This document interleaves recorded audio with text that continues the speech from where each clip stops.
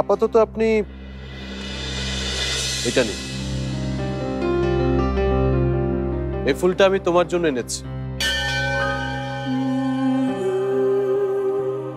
আপনি আপনি আমাকে তুমি বললেন কোন সাহসে? আরে রুমি যদি লোকাল পারচেজের দায়িত্ব নেয় তাহলে আমি তো সাপ্লাই ব্যবসার কি আর হবে?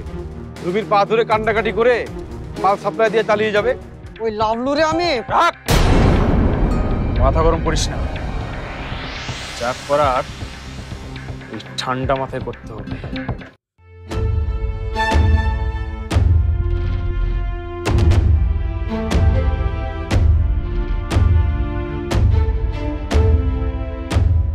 ভাই এখন আইতাছে না কেন?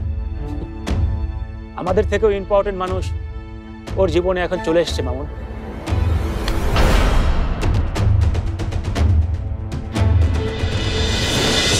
কি হয়েছে?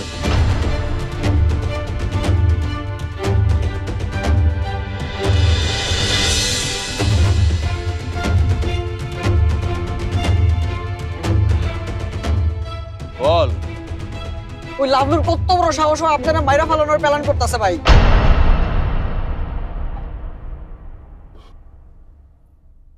তাই নাকি? নইলে আর কইতাছি কি ভাই, রাজন না নিজে কেন হইন আইছে?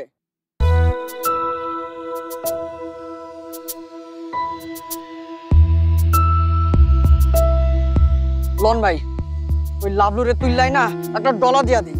এটা বসে থাকার সময় না রুমি, এটা অ্যাকশনের সময়। হ ভাই। দাদা, এটা কিসের সময় সেটা ঠান্ডা মাথায় ভেবে দেখতে। মামুন, ওদেরকে নিয়ে একটু বাইরে নজর রাখ। সামাদকে বল আমাকে এক কাপ চা দিতে। যা।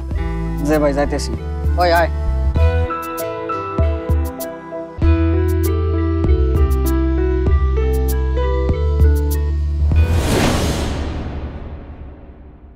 চা খাবেন না? আমি তো আপনাকে বললাম আব্বু কেন ওনাকে আমাদের বাসায় দাওয়াত করেছিল, বললাম না? শুনেছি তো, কিন্তু তুমি কেন ওর হাত থেকে ফুলটা নিতে গেলে? আপনি কিন্তু শুধু শুধু এমন করছেন, মানে এটা কেমন কথা?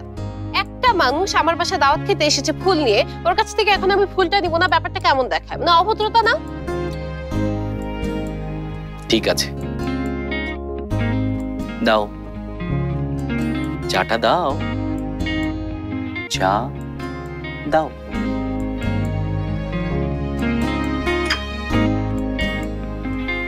Thank you.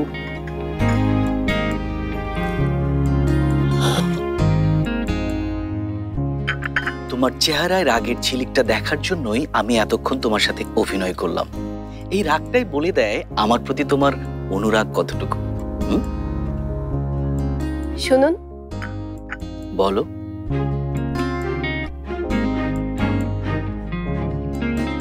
রাগ এতটুকু দেখেছেন, সেটাই ভালো। আমি এর চাইতে বেশি রাগলে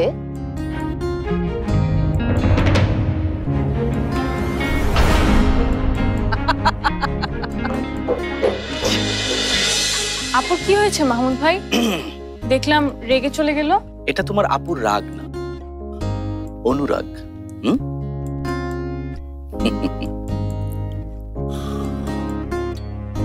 চাটা ভালো হয়েছে।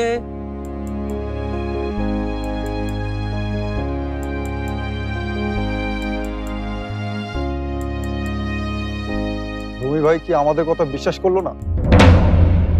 না মানে আমাদেরকে সহায় দিল তো, তাই। ভাই খুব ভালো কইরা জানে কখন কি করতে হইব।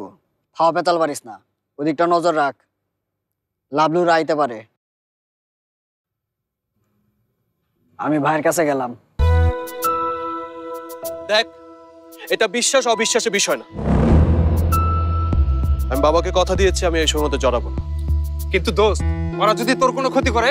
আমিও ঠিক এই ভয়টাই পাইতেছি ভাই। যাই হোক না কেন, বাবাকে দেওয়া কথার খেলাফ আমি করতে পারবো। আপনি কিছু করতে হইব না ভাই, আপনি খালি কোন যা করার আমরা করতেছি। সেটাই দোস্ত, আমরা যদি কিছু করি তাহলে তো আর তোর কথার খেলাফ হচ্ছে না। আমি বুঝতে পারছি, কিন্তু এটা তো তোদের কোনো ঝামেলা না, এই ঝামেলাটা আমার। আর আমার অফিসের ঝামেলা আমাকে সামলাতে দেয় প্লিজ। আমি বুঝতাছি না ভাই, এই সাধু থেকে আপনি চলবো কেমনে সামলাইবেন?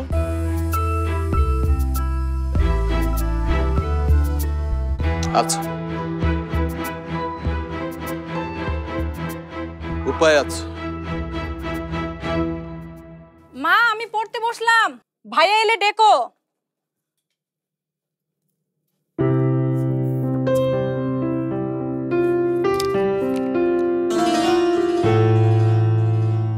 চিঠি?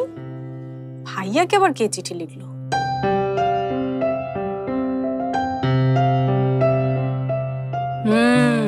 তাহলে এই ব্যাপার, দেখি তো পরে কি লিখেছে। প্রিয় ভালোবাসা, আজকে তুমি যখন আমাদের বাড়ির সামনে দিয়ে গেলে তখন কেন একবারও আমার বারান্দার দিকে তাকালে না? তুমি জানো আমি কতটা অস্থির হয়ে বারান্দায় দাঁড়িয়েছিলাম তুমি একবার তাকাবে এই আশায়। তোমার উপর আমি খুব রাগ করেছি। শশী, এই শশী, কোথায় গেলি? হ্যাঁ মা। কি করছিস? এই তো মা, পড়ছিলাম। কিছু বলবে? আচ্ছা শশী, তোর কি পছন্দের কেউ আছে? মা তুমি এই কথা বলার জন্য এসেছো? তোমাদেরকে না বলেছি আগে আমার পড়াশোনা শেষ হোক তারপর। তোর লেখাপড়া শেষ করতে বাধা দিচ্ছি না তো আমরা। যদি তোর পছন্দের কেউ থাকে তার বাবা মায়ের সাথে না হয় কথা বলে রাখলাম। মা এসব কথা বাদ দাও তো, তোমরা বরং ভাইয়ের বিয়ের কথা নিয়ে ভাবো। সেটা তো ভাবছি।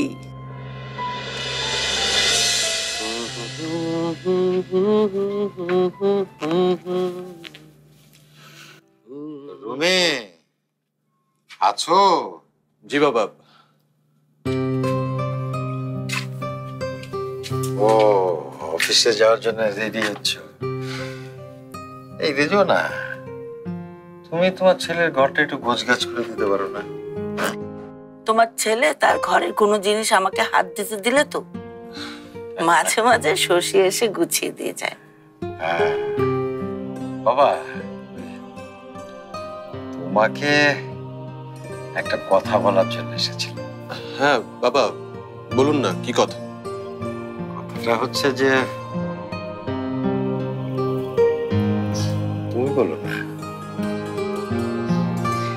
আমি আর তোর বাবা ভাবছিলাম এবার তোকে বিয়ে দেব।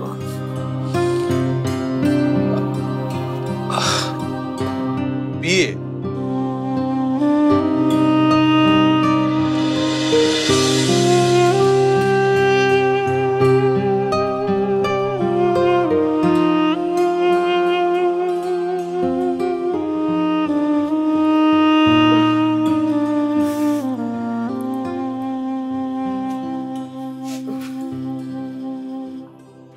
যাক, রাজকুমারীর ঘুম ভাঙলো তাহলে? না, আর একটু ঘুমাবো। জানলাটা বন্ধ করে দে না। ঘুমাবি মানে? তোর না হয় ক্লাস নেই, আমাকে তো ভার্সিটিতে যেতে হবে। তোর ভার্সিটি যাওয়া না যাওয়ার সাথে আমার ঘুমের কি সম্পর্ক? সম্পর্ক আছে, বাড়িতে গেস্ট এসেছে মনে নেই? যান, যে সেবা যত্ন করেন, এতক্ষণ আমি করে আসলাম। ওই গাধাটা এখনো যায়নি? এবার তোকে বিয়ে না করে যাবে বলে তো মনে হলো না। এই সকাল সকাল এসব ফালতু কথা বলবি না তো। ন্যাকাটাকে আমি কখনই বিয়ে করব না। কি সব কথা? রাগ থেকে অনুরাগ। হাসিস না। গাধাটা কোথায় এখন? দাঁড়া, আজকে আমি ওকে মজা দেখাবো। ড্রয়িং রুমে বসে চা খাচ্ছে, আব্বু কিন্তু ওখানে।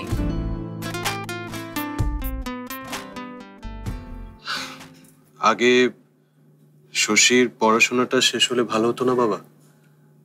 তাছাড়া আমি তো মাত্রই চাকরিতে ঢুকলাম। দেখেছো রুমির মা, তোমার ছেলে কেমন দায়িত্ববানের মতো কথা বলছে। ছোট বোনের কথা ভাবছে ও। এটা আপনি কি বললেন বাবা? আমার ছোট বোন আমি ভাববো না তো কে ভাববে? আমি সারাটা জীবন তোমার কাছে এটাই চেয়েছি বাবা। এখন আমি সবাইকে বুক ফুলিয়ে বলতে পারবো আমার রুমি মানুষের মতো মানুষ হয়েছে, নিজের দায়িত্ব বুঝতে শিখেছে। বাবা বেঁচে থাকো বাবা, বেঁচে থাকো, বড় অনেক বাবা, আপনি আমার জন্য দোয়া করুন। আমার দোয়া সারা জীবন তোমার উপর থাকবে, সারা জীবন তোমার উপরে থাকবে। মা থাক বাবা।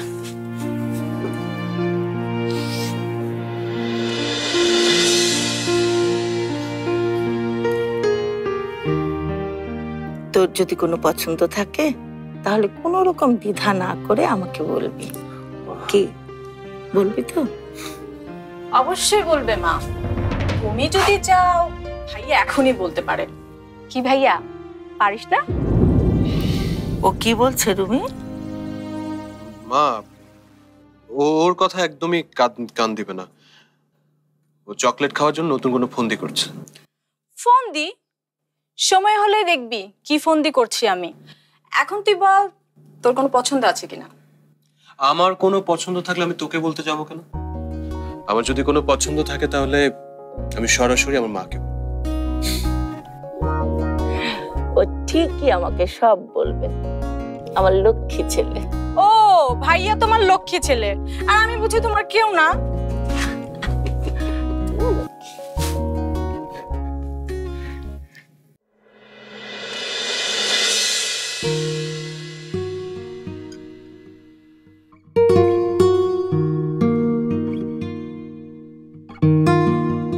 আঙ্কেল, মম চাচ্ছিলেন বিয়েটা তাড়াতাড়ি সেরে ফেলতে। হ্যাঁ, আমিও তো তাই চাই। তোমার হাতে মেঘকে তুলে দিতে পারলে আমার একটা দায়িত্ব অন্তত শেষ হয়। কিন্তু ভাবি 15 দিন পরের কথা কেন বলছেন? আঙ্কেল, মম তার কিছু ক্লোজ ফ্রেন্ডকে বিয়েতে এখানে ইনভাইট করতে চান। তারা 2 সপ্তাহ পর কিছুদিনের জন্য দেশে আসবেন। আমি বলেছিলাম যে ঢাকার রিসেপশন পার্টিতে আনলেই হবে, কিন্তু মম কিছুতেই মানছেন না। না না না, ভাবি যেভাবে চান সেভাবেই করো। আফটার অল উনিই তো বিয়ের পরে মেঘকে দেখে শুনে রাখবে।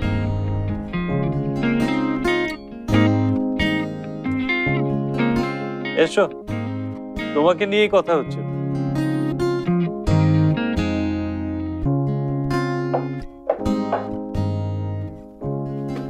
বসো।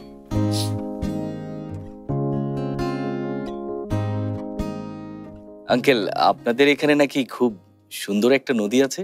হ্যাঁ, ব্রহ্মপুত্র। দেখলেই মনটা শান্ত হয়ে যায়।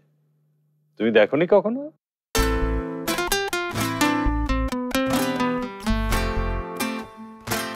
আমি ঢাকা রওনা হব সন্ধ্যার পর। তার আগে যদি মেঘ আমাকে নদীটা একটু...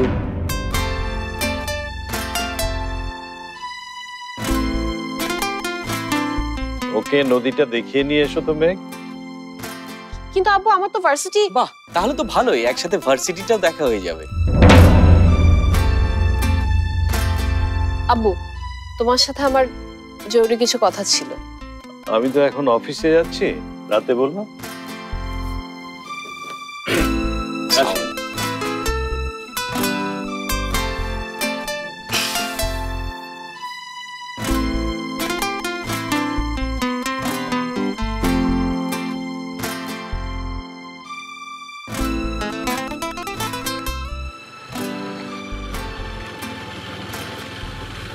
আপনার যে বাইক আছে, আগে তো জানতাম না।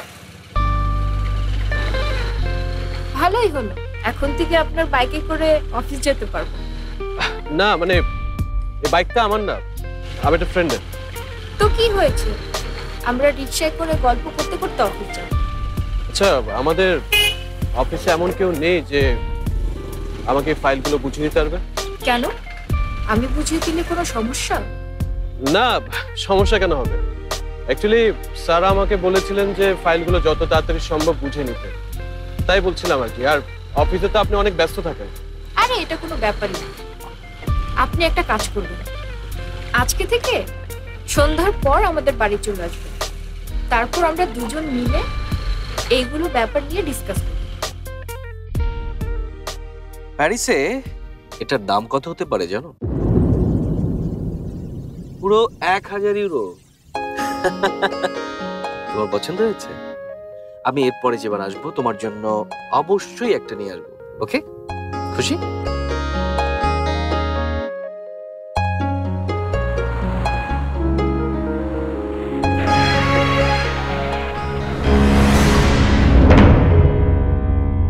কি হলো? কি হয়েছে?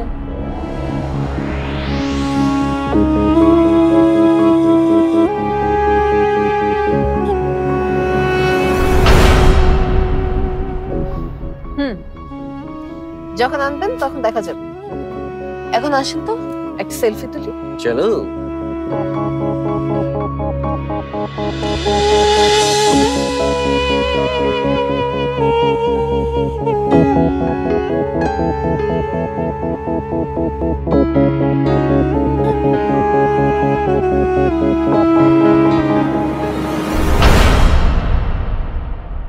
সন্ধ্যাবেলা আমি একাই থাকি, মা পাশের বাসার আন্টির সাথে গল্প করতে যান।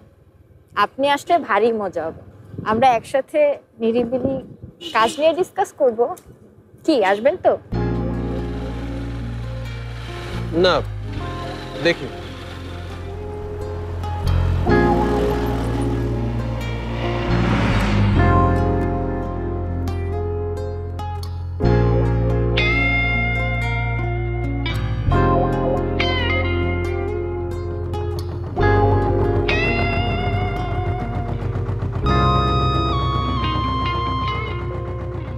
Wow, such a beautiful place. আরে আঙ্কেল তো ঠিকই বলেছিল।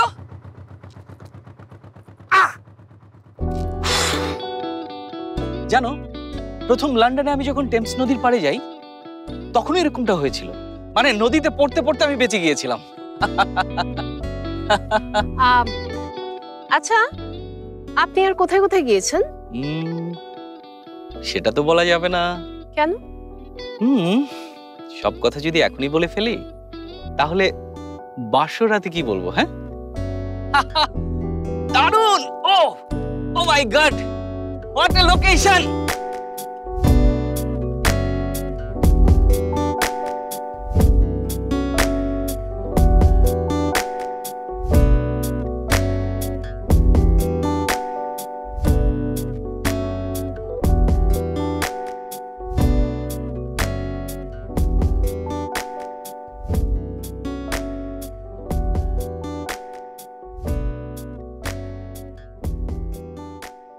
আমি আরমান হোসেন, এখানকার সিকিউরিটি ইনচার্জ।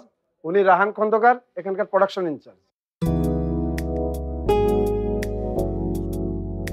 আপনি যে আসবেন সেটা আমাদের আগে জানানো হয়েছে। আচ্ছা, আপনাদের এখানে কতজন মানুষ কাজ করে? 469 জন। ওকে, আমার এদের প্রত্যেকের বায়োডাটা চাই, আর এখানে বাইরের কারা কারা আসে সবার ডিটেলস আমার দরকার। সমস্যা নেই স্যার, আমি ইমেল করে দেবো। না, মেলে না, আমি এখানে বসে সব দেখব। বাইরের লোকদের ডিটেল দিয়ে কি করবেন? লাগবে। আচ্ছা, এখানকার অফিস রুমটা কোন দিকে? ওইদিকে। তুমি না, সমস্যা।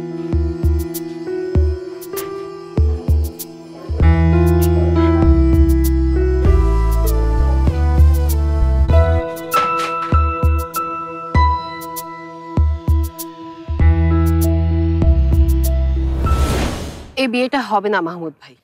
কি? আপনি প্লিজ আমাকে বিয়ে করার চিন্তা বাদ দিন। রুমি মেঘকে পছন্দ করে, তুমি বিষয়টা একবার চিন্তা করতে পারছো? চিন্তা করতে পারবো না কেন? শুধু কি ভাইয়া মেঘাপু ভাইয়াকে পছন্দ করে? কি করে বুঝতে ঝামেলা আছে? সিকিউরিটি এন্ট্রি দেখে? বাহ, এত তাড়াতাড়ি খবর চলে এসেছে। সেটাই কি স্বাভাবিক না? আমি এই অফিসে তোমার অনেক আগে থেকে আছি, কথাটা মনে রেখো। আচ্ছা, আপনি কি মেঘের কাজিন? ও মাই গড, কি বলছেন আপনি? আরে কাজিন হতে যাব কেন? আমি মেঘের হবু বর।